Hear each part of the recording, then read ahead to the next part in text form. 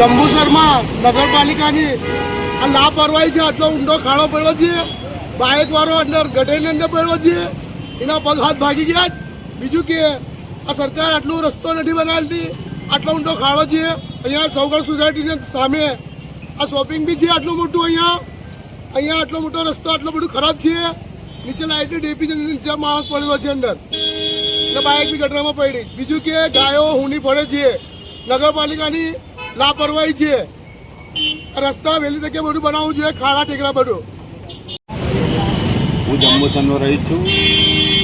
સૌગણ સોસાયટીની બાજુમાં જોધરકૃપા સોસાયટીમાં રહું છું.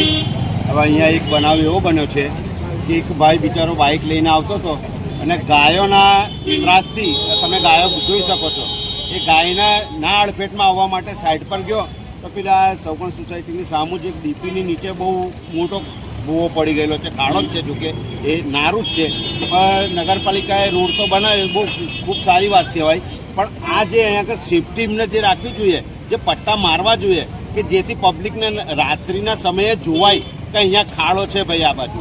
હમણાં એ વ્યક્તિ આ બાઇક બી અંદર ગટરમાં જ છે, તમે જોઈ શકો છો. અહીંયા આ બાઇક પણ ગટરમાં છે. હવે એ વ્યક્તિને એવો વાગ્યો છે, અમે નજરે જોયો છે એ ભાઈને, આ પગ બી વળી ગયેલા છે. એ ભાઈના પગ બી વળી ગયેલા છે. હવે શું ખબર, હમણાં તો એમને 108 મારફતે અહીં કોટેજ હોસ્પિટલમાં લઈ ગયા છે, પણ મને નથી લાગતું કે ત્યાંથી બરોડા શિબિરમાં લઈ જવો પડે એવી પરિસ્થિતિ છે. બોલો. હા, મારું નામ હસમુખભાઈ, કઈના રહેવાસી છો? લીંબના રહેવાસી છું. જીઆઈડીમાં નોકરી કરું છું. મારી છોકરીને 3:30 બસમાં આવતી હતી, એનો લેવો આવેલો. સૌગણ સોસાયટી આગળ પાછળથી ફોરેલવાળા ટક્કર મારી નાહી ગયો અને મને ખાડામાં ફેંકી દીધો. મારા પગ ફ્રેક્ચર થઈ ગયો.